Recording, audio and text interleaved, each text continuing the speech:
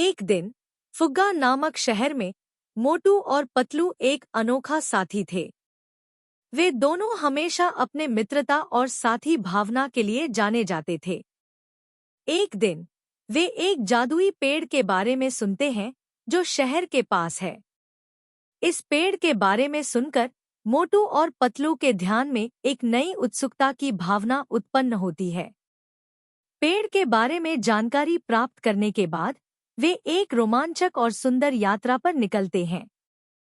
वे अपने रास्ते में बहुत सारे संवादी प्राणियों से मिलते हैं जो उन्हें इस पेड़ के बारे में और भी कई रहस्यमय बातें बताते हैं।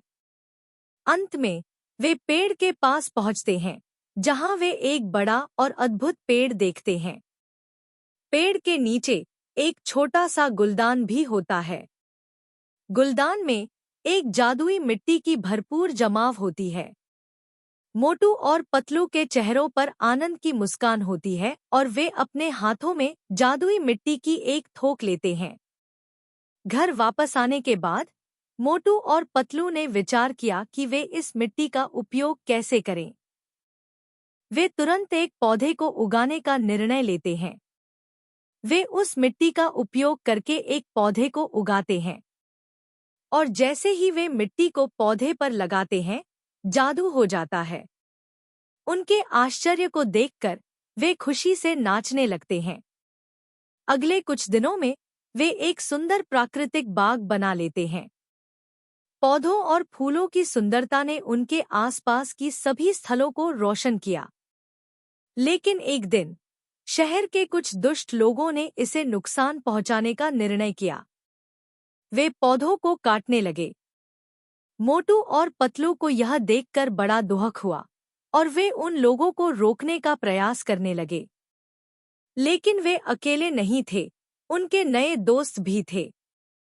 जादूगर गुलदान ने उनकी मदद की और अपनी जादुई शक्तियों का उपयोग करके वे दुष्ट लोगों को प्रहार किया।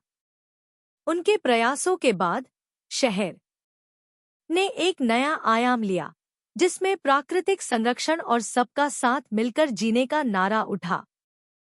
मोटू, पतलू और उनके नए दोस्तों के प्रयासों ने उन्हें एक सहायक बना दिया और उनके शहर को एक स्वर्ग बनाया।